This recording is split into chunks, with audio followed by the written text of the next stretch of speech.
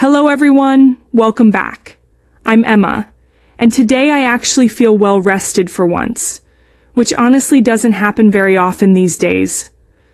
And I'm Leo, currently running on very little sleep and way too much coffee.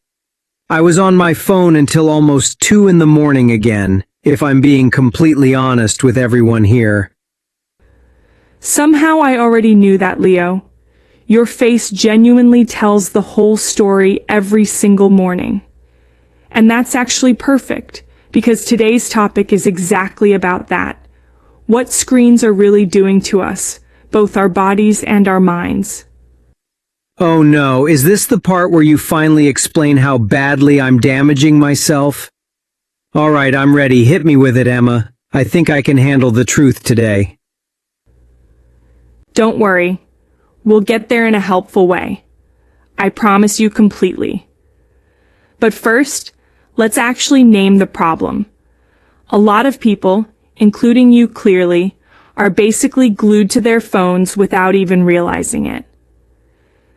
Glued to means you can't stop looking at something, almost like your eyes are physically stuck to it. That's disturbingly accurate. I really can't argue with that description at all. Most nights, I just end up doom scrolling, which means endlessly scrolling through bad or negative news, even though it clearly makes me feel worse afterward. Wait, seriously? You keep doing something that makes you feel worse every single time?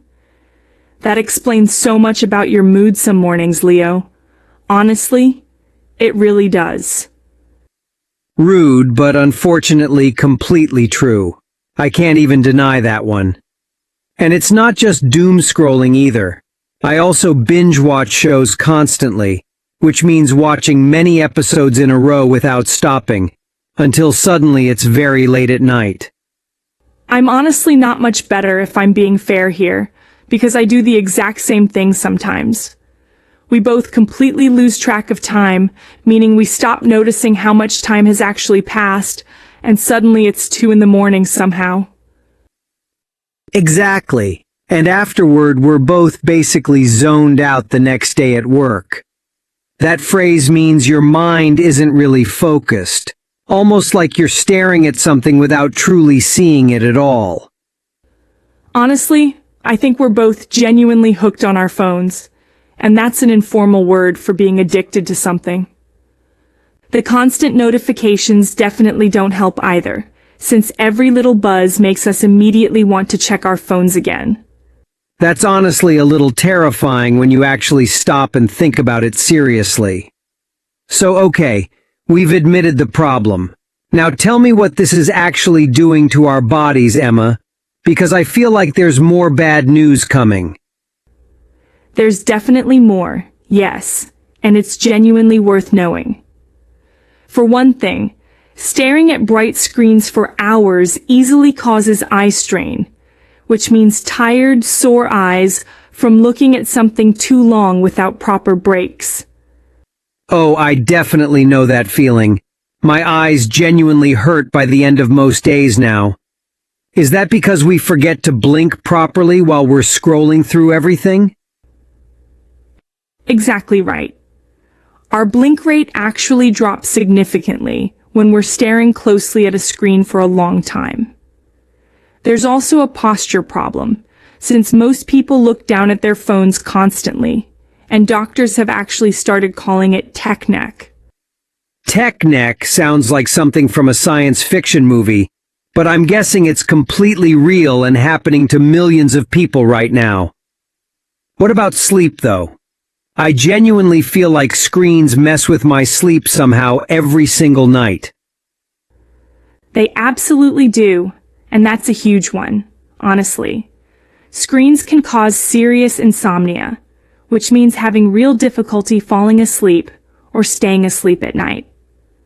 The bright light from your phone actually tricks your brain into thinking it's still daytime outside, even late at night.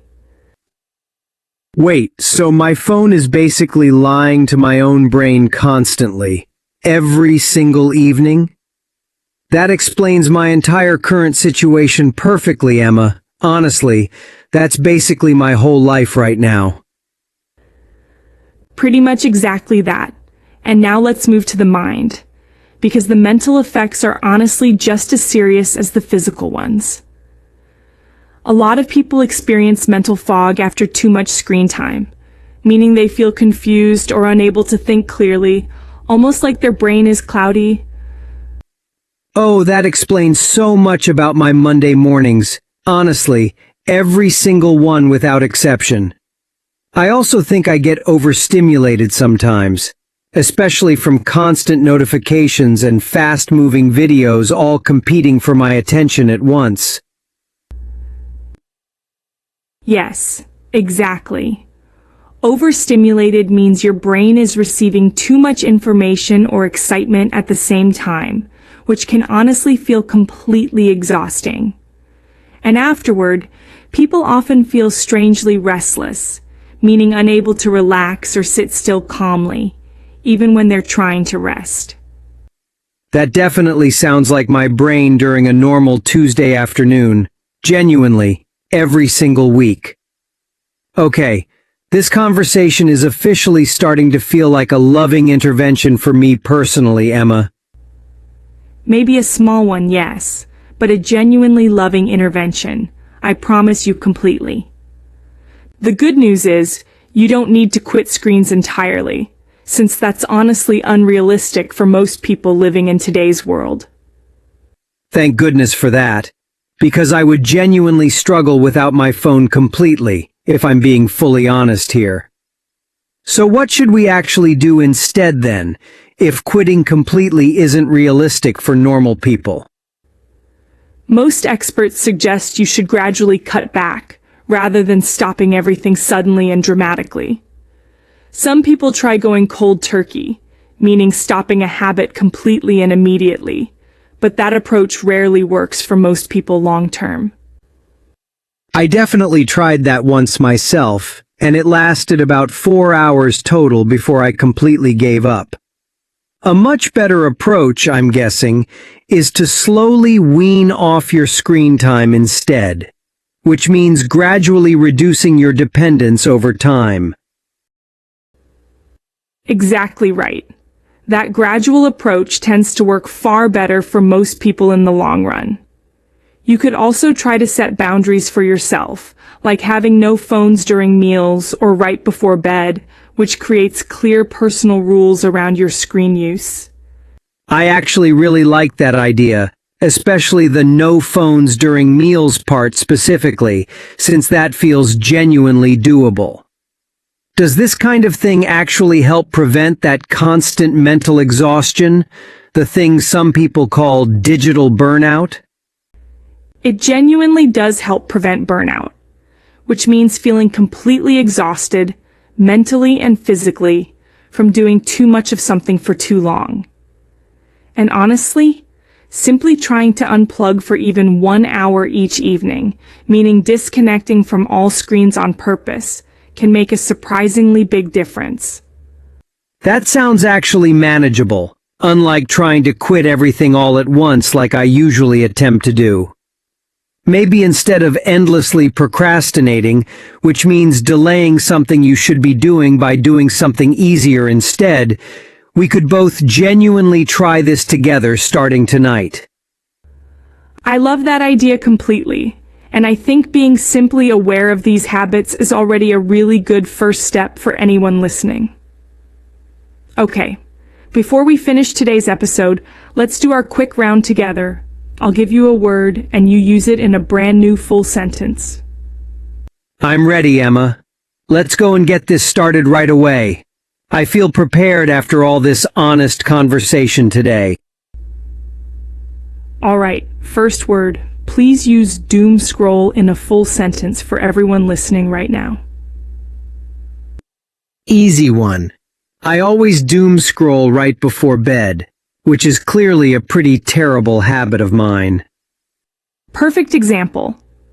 Now please try using the phrase cut back in a proper sentence for me. I really need to cut back on checking my phone every single morning before I even get out of bed. Great job. Now use the phrase set boundaries in a full sentence, please, for our last round today.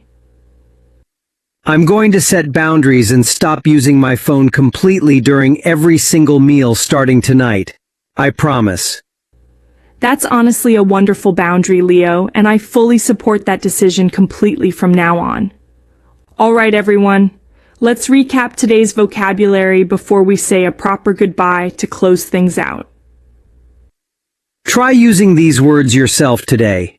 Glued to, doom scroll, binge watch, lose track of time, zoned out, hooked, eye strain, posture, insomnia, mental fog, overstimulated, restless, cut back, cold turkey, wean off, set boundaries, burnout, and unplug. That's a genuinely huge list of useful words from one very honest conversation, but I think it was completely worth having. Maybe we should both actually set some real boundaries starting tonight, don't you think, Leo? Let's genuinely try that together, Emma. I think we both really need it after this entire episode. All right, everyone. Thanks so much for listening today. Now go give your eyes a well-deserved rest.